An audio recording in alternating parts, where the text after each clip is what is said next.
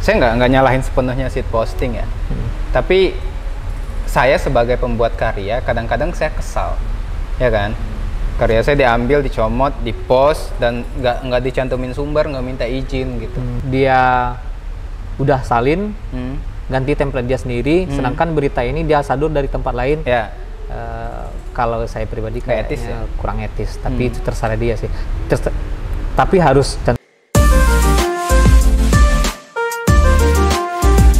Assalamualaikum warahmatullahi wabarakatuh. Halo teman-teman, balik lagi di program Ceritain bersama saya Boy Chandra. Dan episode kali ini kita akan ngobrol sama salah satu anak muda penggiat media sosial di Sumatera Barat, konten kreator juga.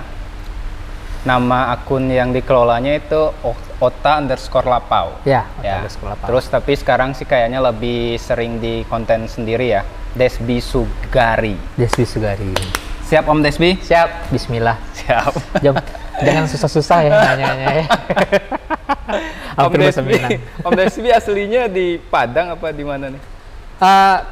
Kalau misalnya ini penontonnya bukan orang Minang, pasti ngomongnya Padang aja kalau Minang kan.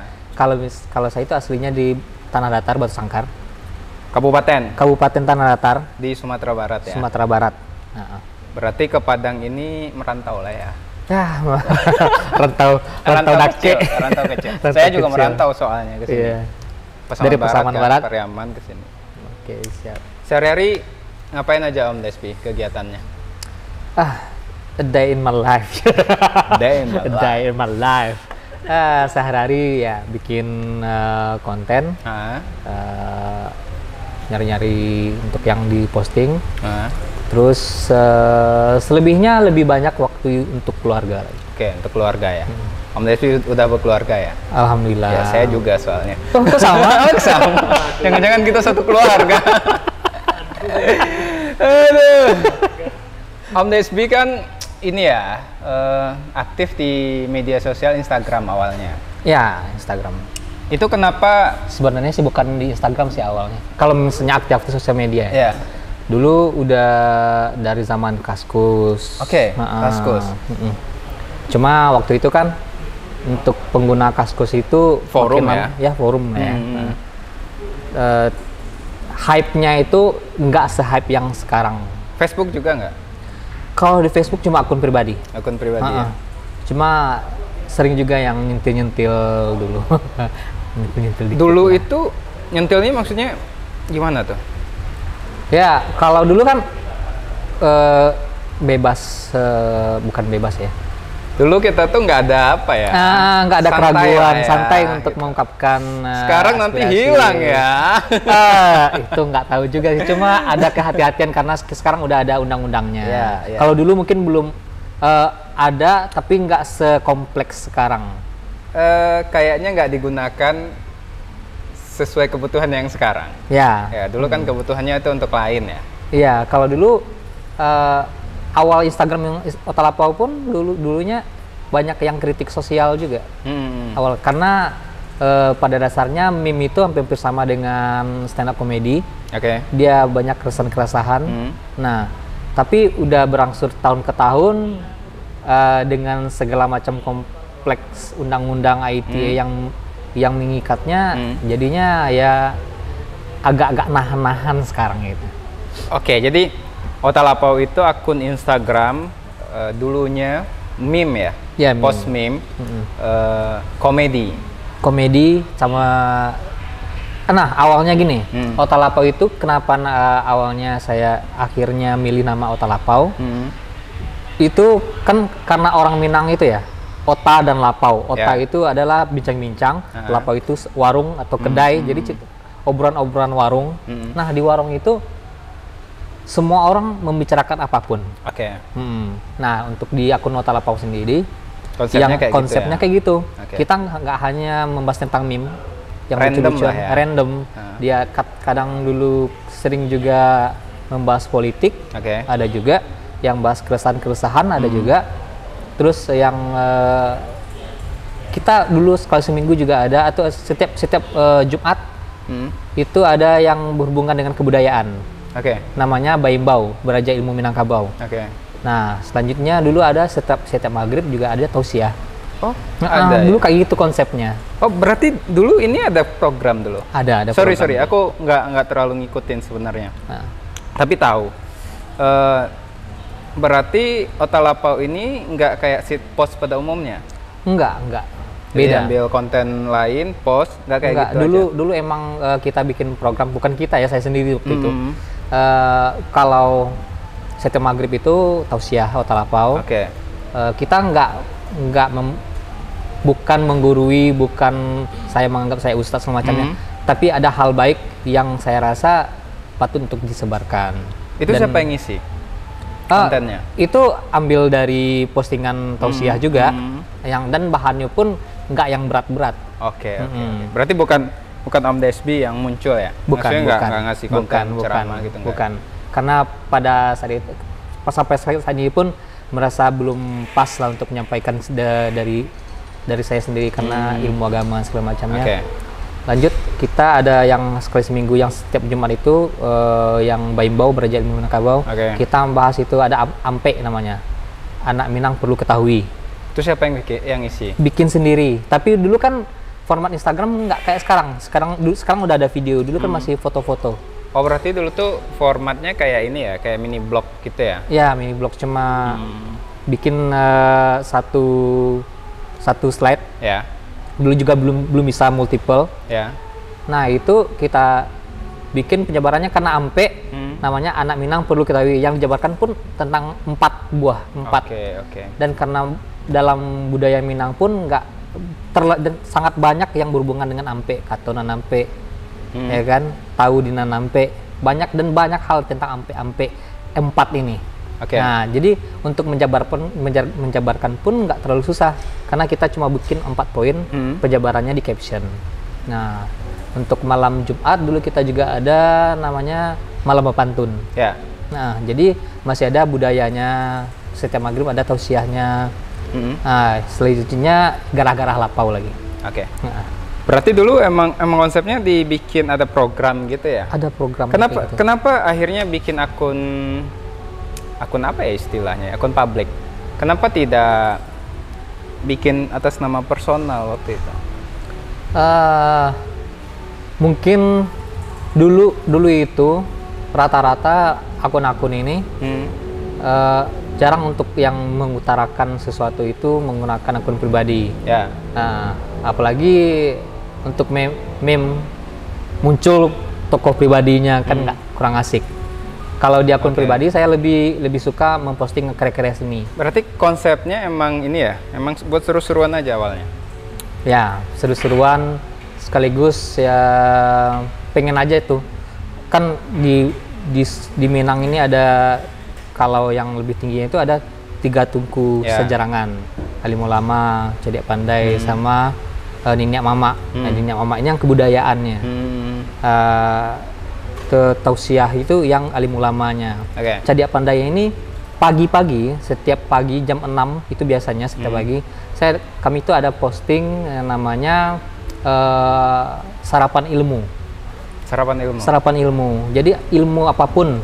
Misalnya saya posting beda flu sama pilek. Ya. Itu kan ilmu.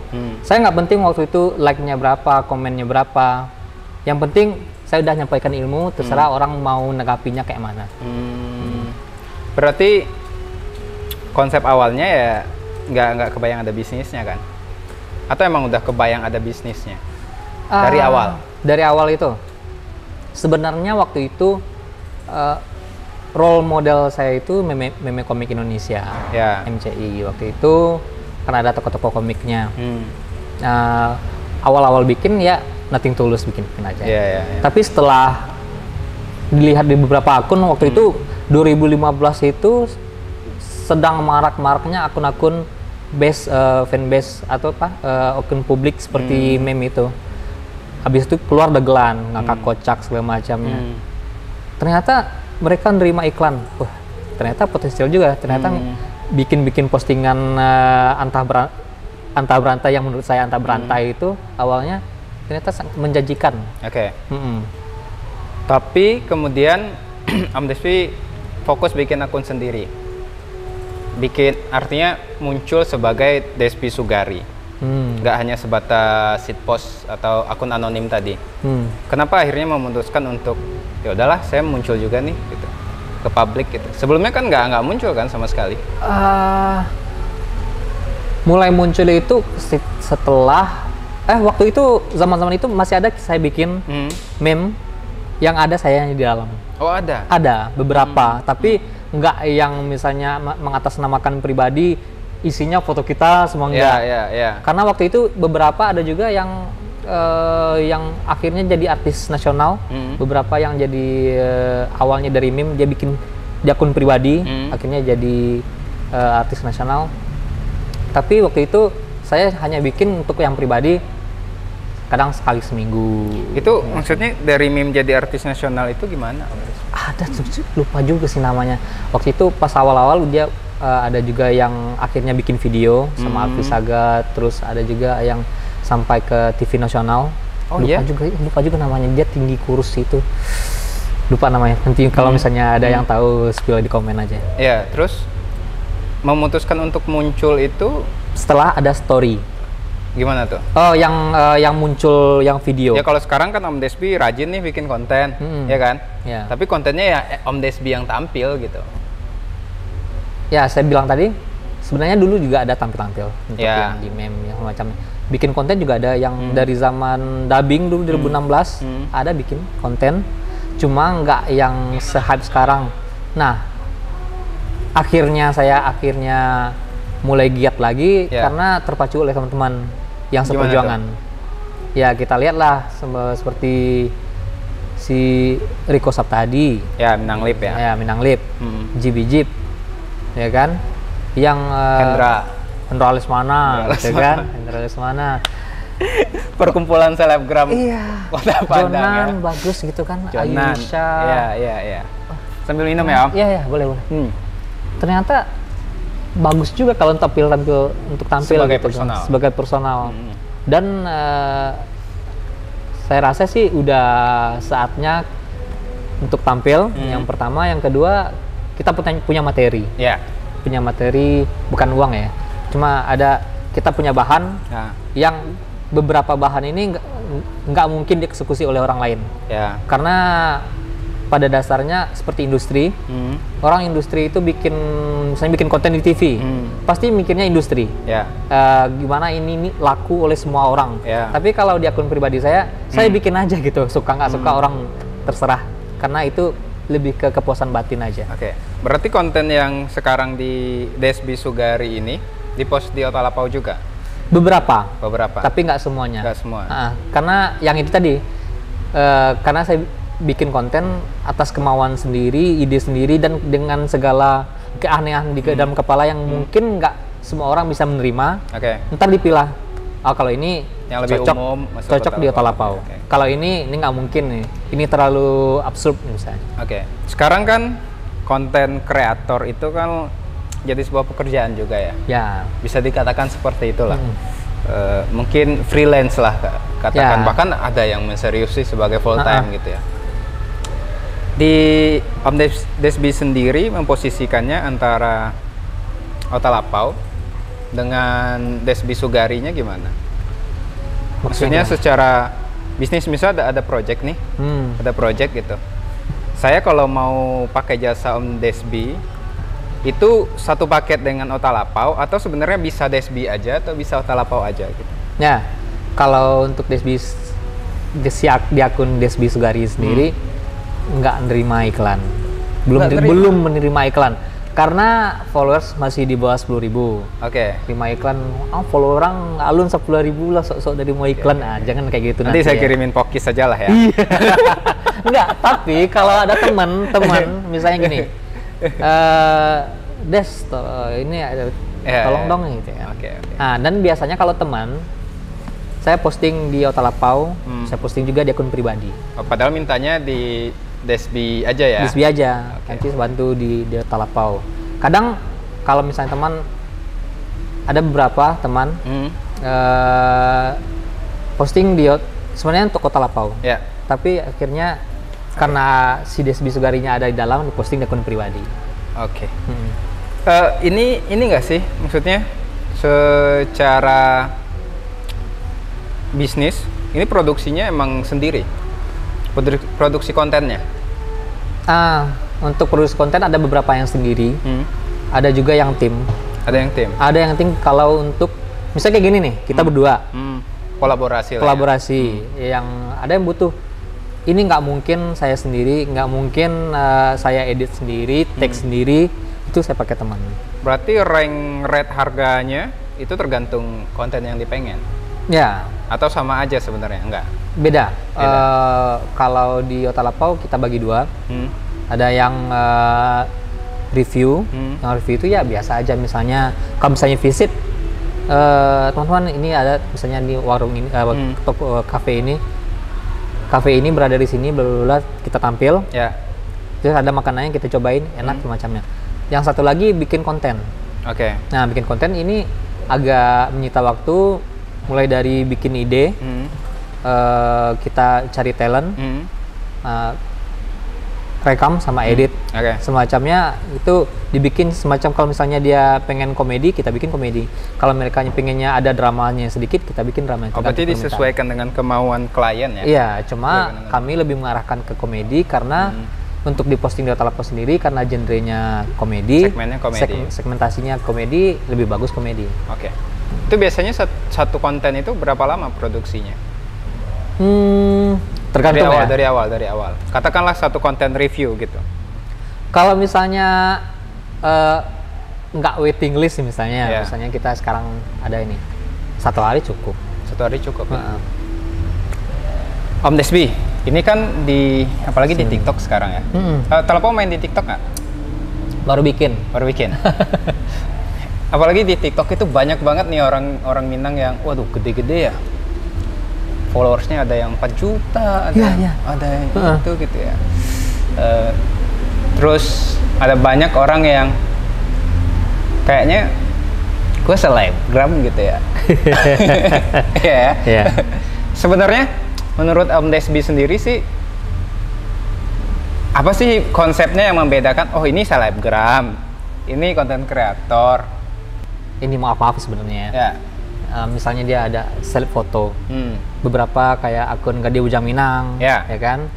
Itu kan misalnya Om nih ada foto bagus, misalnya view-nya di Taplau, posting di Gade Ujang Minang, dan Om legit namanya, dan Om produksinya foto-foto itu. Itu kalau saya sih lebih bilangnya selebgram.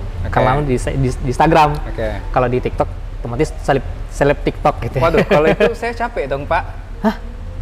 Capek dong saya. Kok gitu? Ya saya di Twitter terkenal, di Instagram terkenal. Iya. Bagi-bagi aja.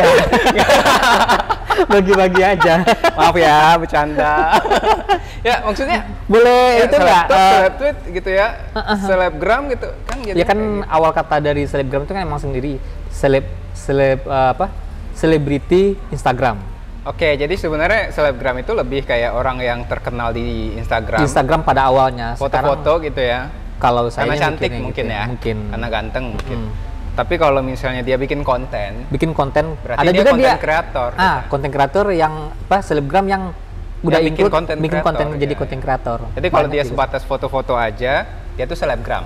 Menurut saya segitu. Tapi ketika dia udah bikin konten lain selain foto-foto, dia tuh sebenarnya udah konten kreator. Iya. Mungkin kalau selebgram selain foto-foto, misalnya walaupun dia artis seleb itu apa sih gitu misalnya? Terkenal kali ya, selebriti gitu ya. Kalau misalnya dia ada konten video juga, tapi kalau bukan dia, kalau kayak Jonan, dia memproduksi sendiri semacamnya, ada idenya dari sini. Ibarat benar-benar create. Oh, berarti yang konten kreator ini emang dia yang bikin konten. Konten gitu. Produksi sendiri. Nah, kalau misalnya selebriti di TV misalnya, dia hanya sebagai artisnya, tapi dia nggak terlibat langsung dalam create-nya. Saya rasa itu selebritinya.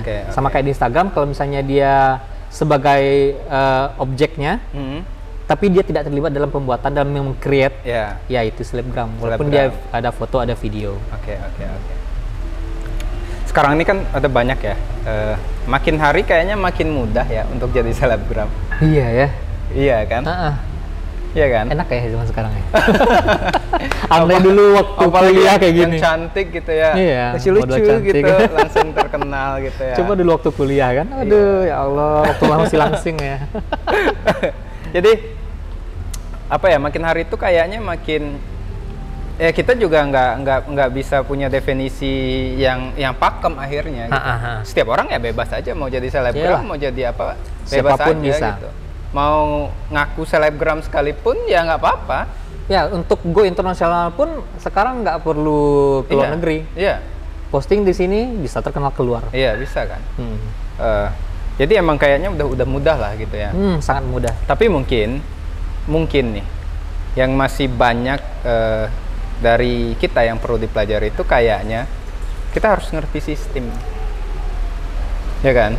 Misalnya konten kreator itu gimana sih kerjaannya? Kalau dia bikin konten gimana sih? Bayarannya seperti apa sih? Sistemnya seperti apa sih? Gitu. Iya. Karena kayaknya kalau untuk terkenal aja viral tiba-tiba bingung kan? Nah itu. Ya kan? Tiba-tiba bingung semuanya diambil gitu kan? Iya. Semua produk diambil, endorse diambil semuanya. Manajemennya nggak bisa. Yang manage dia sendiri. Iya, gitu dia sendiri gitu. Bahkan akun jual followers pun dipromoin gitu ya.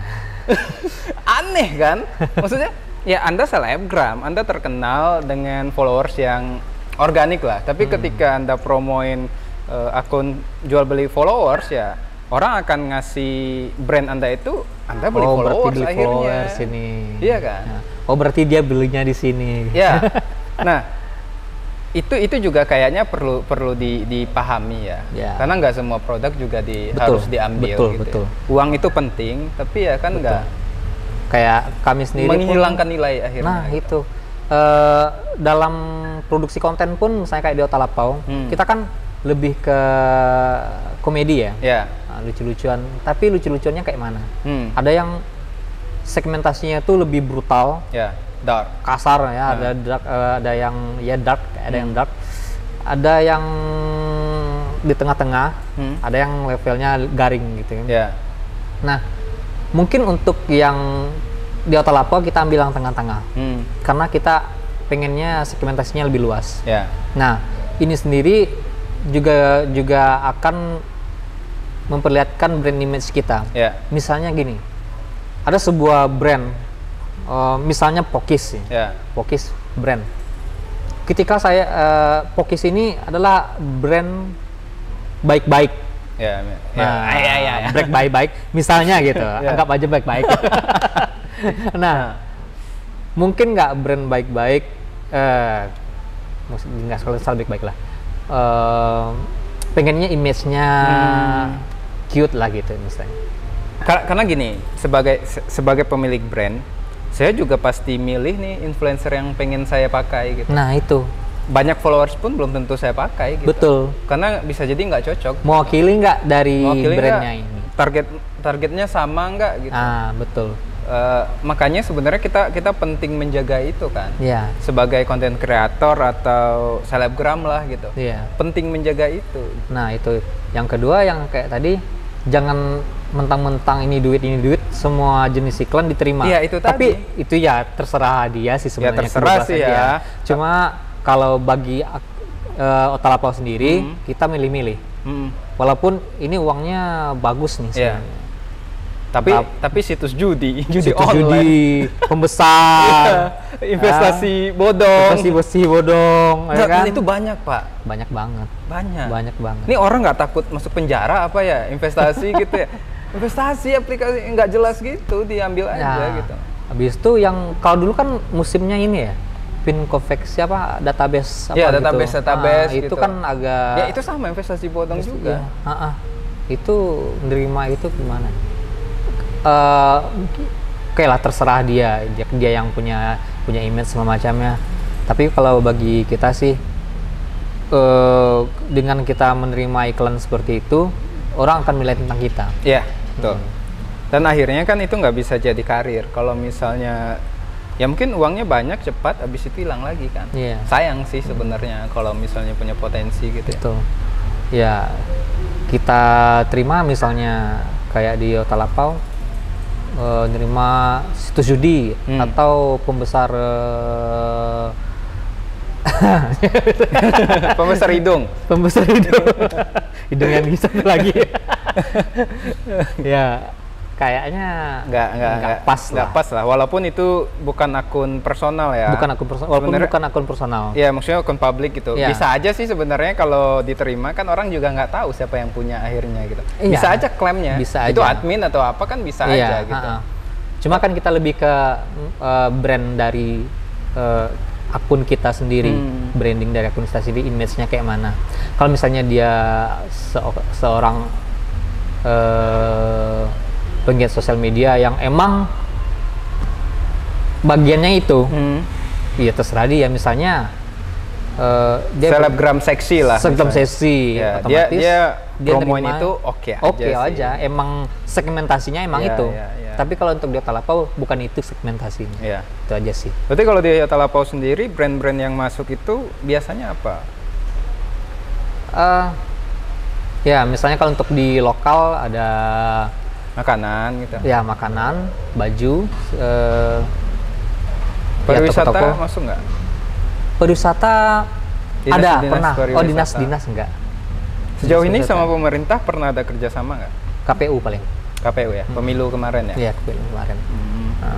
Dan untuk Otalapau sendiri nggak sampai saat ini ya, jangan besok kok Otalapau terima iklan politik, jangan gitu ya. Ini konteksnya tahun ini ya. Sampai saat ini ya. Kita nggak terima misalnya kampanye Bang Boy mau jadi gubernur Sumatera Barat BA1 misalnya. Ya. Bisa nggak terima lah, masa nggak terima kalau 20 juta misalnya kan. 20 juta nih, mau nggak? Belum lah ya, 25 juta oke lah ya. No. Kalau misalnya dia 4 pasang nih, 4 pasang misalnya, contohnya 4 pasang. Ambil eksklusif. Yang bayar ini cuma satu nih, yang hubungi cuma satu, cuma Bang Boy doang. Terus saya promosiin Bang Boy. Itu kayaknya enggak. Kalau kecuali keempat-empatnya ini bayar saya untuk iklan, itu kan oke lah ya. Oke kalau untuk saya. Tapi nggak tahu dengan akun lain, dia kan punya, setiap akun punya SDK-nya sendiri. Kalau dia mau terima yang salah satu pasangan, terserah dia. Bebas sih ya. Bebas sih. Kecuali dia toh mereka pun beberapa bukan media yang harus netral. Kayak Otalapau sendiri pun kalau misalnya diterima yang dari kampanye Bang Boy, sah-sah aja. Ya kan kita bukan berafiliasi terhadap pemerintah yang harus netral. Iya, betul. Ya, tapi di dalam batin, ya Allah. Iya sih. Kok cuma 2 nih yang ngubungi, 2 lagi mana nih? tapi gini Om, setiap yang kita ambil itu pasti ada risikonya. Betul. Dan itu berpengaruh terhadap brand yang kita bawa. Iya, betul. Ketika kita nggak siap dengan itu, ya udah jangan diambil gitu. Tapi ketika kita nggak tahu nih masalah orang di belakang, jangan-jangan lagi butuh duit ya.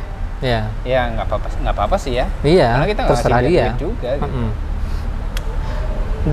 Di Sumbar ini selebgramnya atau seleb TikToknya.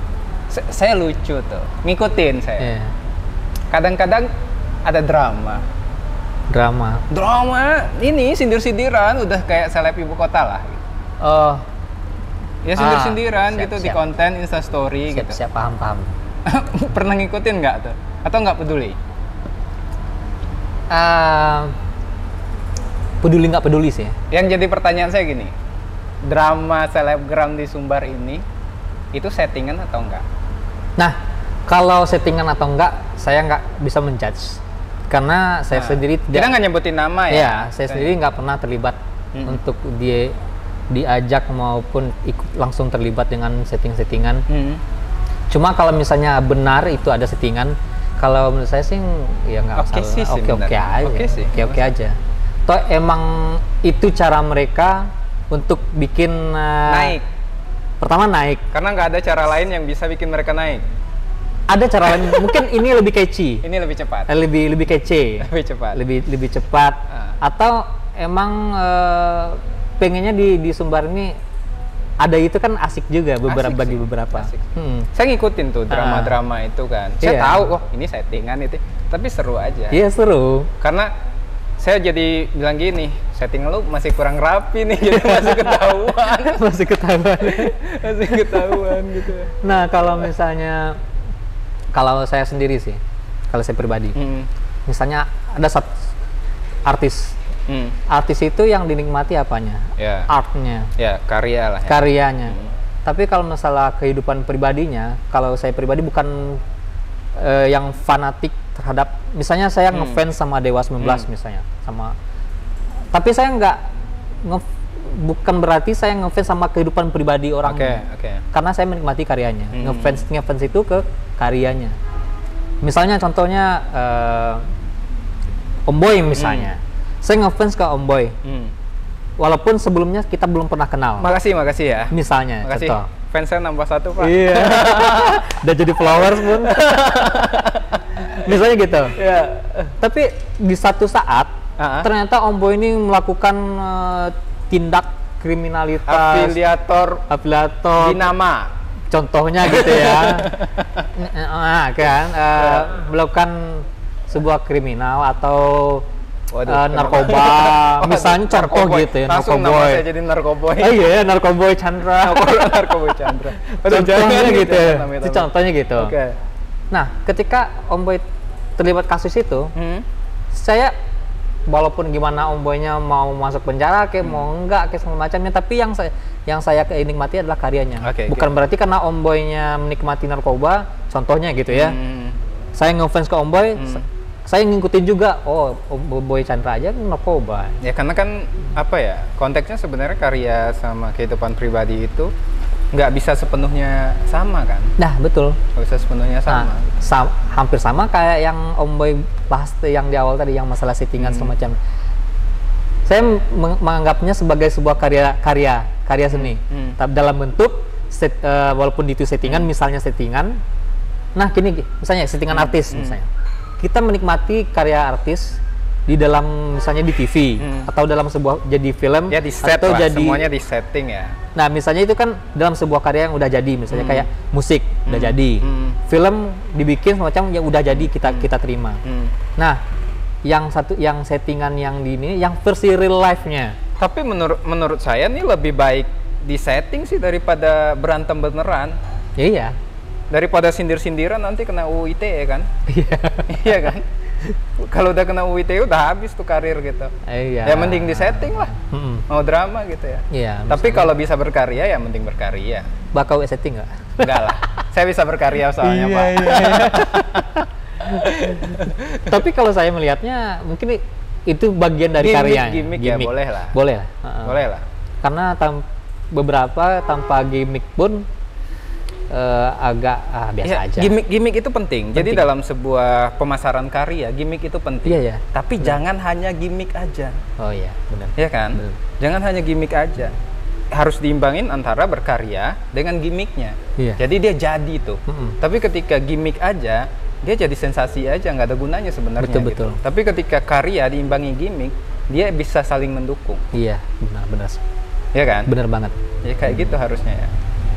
Ya, di artis gimana? Udah siap jadi artis Minang? Artis Minang. Bapak kan nyanyi lagu Minang bukan? Oh, artis Minang dalam konteksnya penyanyi ya? Iya. Kalau saya pribadi penikmat dan pembuat untuk karya seni banyak hal sebenarnya. Tapi kalau misalnya untuk nyanyi, saya siap. Tolong produser enggak, maksudnya tapi bikin lagu juga. Yang orang-orang nggak tahu nih sebenarnya Desby Sugari ini kan bikin lagu ya.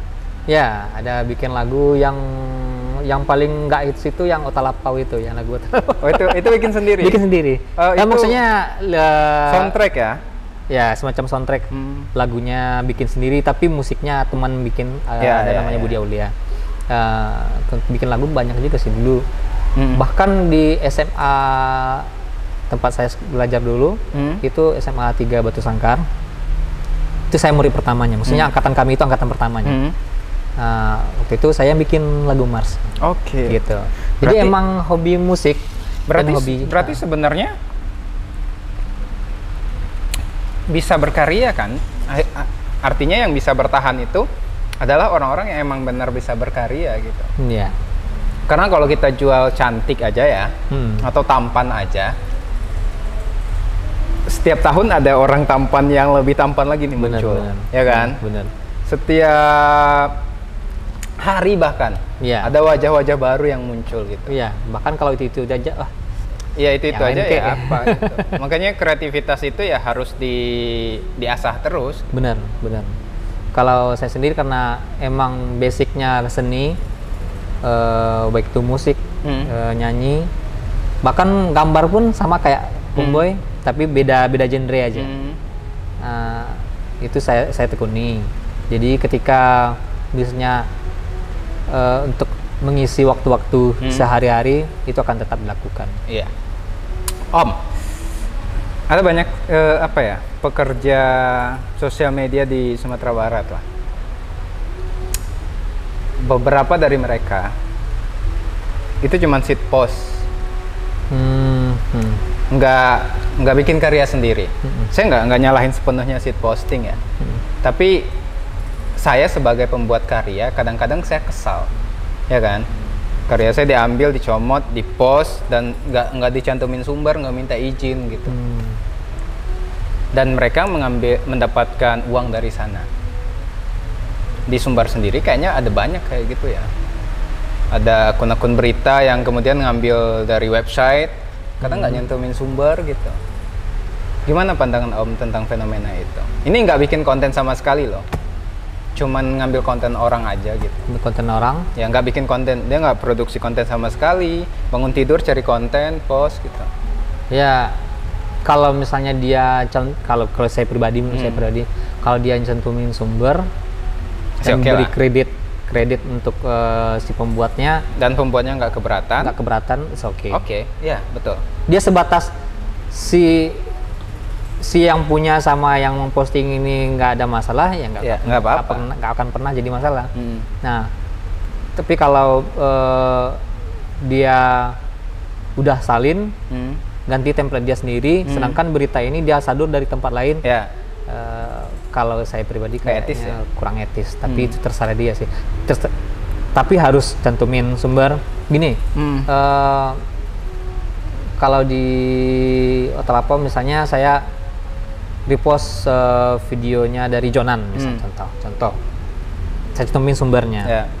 Itu imbas baliknya ada untuk dia. Misalnya dengan saya posting karya dia jadi lebih dikenal. Karena mungkin pada waktu itu followers Otalapo lebih banyak daripada dia.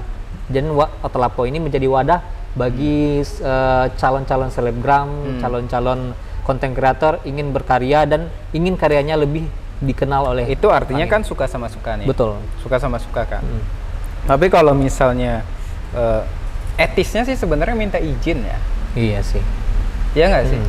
Etisnya sih minta izin gitu. Nggak peduli sih mau akunmu besar, mau akunmu lebih gede. Kalau misalnya konten itu tetap punya yang bikin yang punya gitu. Kalau kita mau share, ya kita harus minta izin sebenarnya. Betul. Dan konten kreator ketika dimintain izin, mereka pasti ngerasa dihormatin. Betul. Yang banyak yang senang kok kontennya di-share gitu. Tapi ketika nggak minta izin, apalagi comot terus dihilangin, itu kesal. Iyalah. Iya kan? Lagi ditutupin namanya gitu ya. Nah itu tuh jadi kayak nggak menghargai konten kreatornya gitu. Padahal kalau bikin konten itu ya lama gitu. Betul. Nggak semudah nge-repost gitu kan. Walaupun videonya cuma 1 menit, ternyata bikinnya bisa seharian. Iya, bisa seminggu malah bahkan. Gitu. Mikirin ide segala macam gitu. Tapi hal-hal itu kadang-kadang masih terjadi ya. Iya. Dan sayangnya sih gini, mereka sebenarnya mau kemana sih? Iya kan?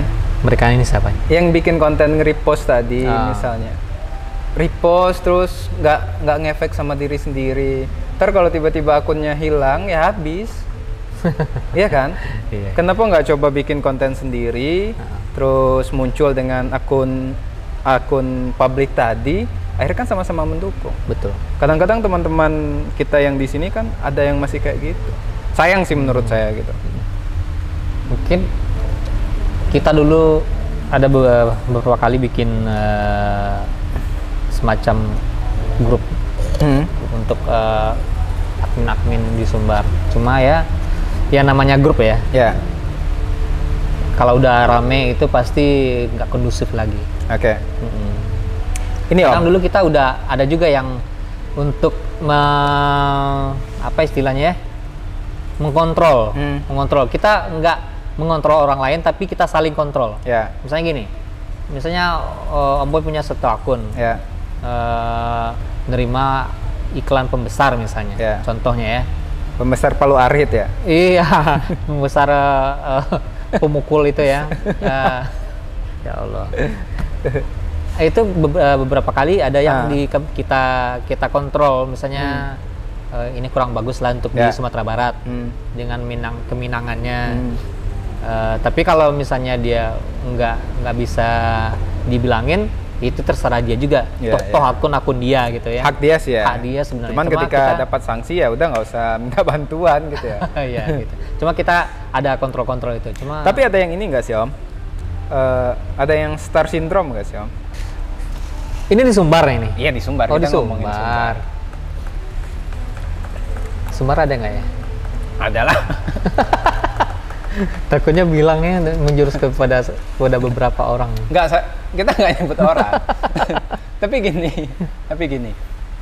Sebenarnya kan mungkin karena kita ngerasa banyak followers di Instagram ya. Pas di luar kita ngerasa semua orang kenal, padahal orang nggak kenal juga kan sama kita ya. Iya kan. Jadi ngapain sih star syndrome gitu. Mungkin bagi beberapa orang nggak masalah. Bagi beberapa orangnya lagi itu menjadi suatu karena nggak biasa jadi pusat perhatian mungkin ya. Yang dia bukan siapa-siapa, menjadi tiba-tiba sangat dikenal oleh banyak orang. Tiba-tiba like-nya 10.000 misalnya. Kan? Aduh, seleb nih. Tapi bagusnya gini, ada kontrol sosial untuk kita pribadi. Contohnya saya pribadi misalnya, walaupun follower saya sedikit, cuma kan beberapa kali muncul di story Instagram Otalapau.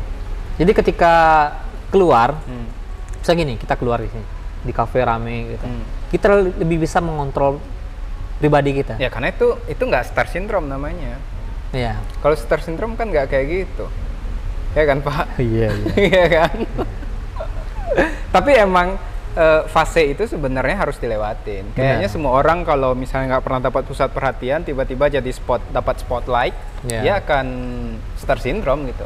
Ketika dia bisa melewati itu dengan baik, dia akan jadi bintang akhirnya gitu. Iya, benar. Tapi ketika dia nggak bisa melewati fase star syndrome-nya ini, dia akan redup lagi. Benar-benar. Gitu kan ya. Yang sebenarnya ada yang lebih parah sih ketimbang dari star syndrome. Star syndrome itu kan hanya berasal dari dirinya sendiri. Yang susah itu udah itu kan dari diri sendiri. Ada yang dari orang lain. Itu gimana maksudnya tuh? Misalnya dari hate comment. Oke. Ya, hate comment itu bullying di komen. Itu udah dari eksternal, itu berdampak kepada dirinya sendiri, internalnya dia kena mental. Akhirnya nggak mau bikin, yang terlemah itu nggak mau bikin konten lagi, itu terlemah.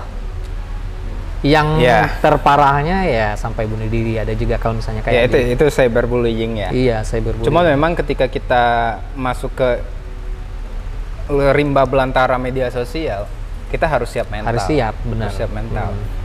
Karena mental yang kita siapin itu juga harus kita jaga dengan kapasitas kita. Iya. Jangan coba hal yang kita nggak siap menghadapi resikonya. Benar. Iya kan? Intinya kalau misalnya contoh posting sesuatu, ini tricky nih. Siap nggak dengan konsekuensinya? Kalau siap, gas. Kalau ternyata emang responnya negatif, kalau nggak siap, kalau nggak siap ya udah jangan. Tapi kalau siap, gas aja. Gas aja. Selama nggak memungkinkan kamu masuk penjara gitu. Betul, sih. Undang-Undang ITE. Dan menyalahi, kalau bagi saya lebih ke menyalahi norma-norma di masyarakat lah. Tapi ini di Indonesia, tapi kayaknya di Minang juga kayak gitu ya. Orang-orang itu aneh, Pak. Aneh dalam. Misalnya gini, dia nggak suka nih orang bercarui ya. Nah, Misalnya ada orang marah-marah di Instastory kan. betul. Ada lagu TikToknya tuh. Ada orang marah-marah di Instastory kan. Kambiang gitu kan. Iya. Nanti yang komennya gitu, ang bermerang saya kambiang. Lebih kasar Lebih lagi kasar ya. lagi gitu. Padahal dia pengen menasehati orang, Iya. tapi lebih kasar lagi gitu. Nah itu kan artinya banyak orang yang nggak sering melihat ke diri dia, cuman ngelihat kesalahan orang. Benar-benar. Padahal dia melakukan kesalahan yang lebih lagi. Benar-benar.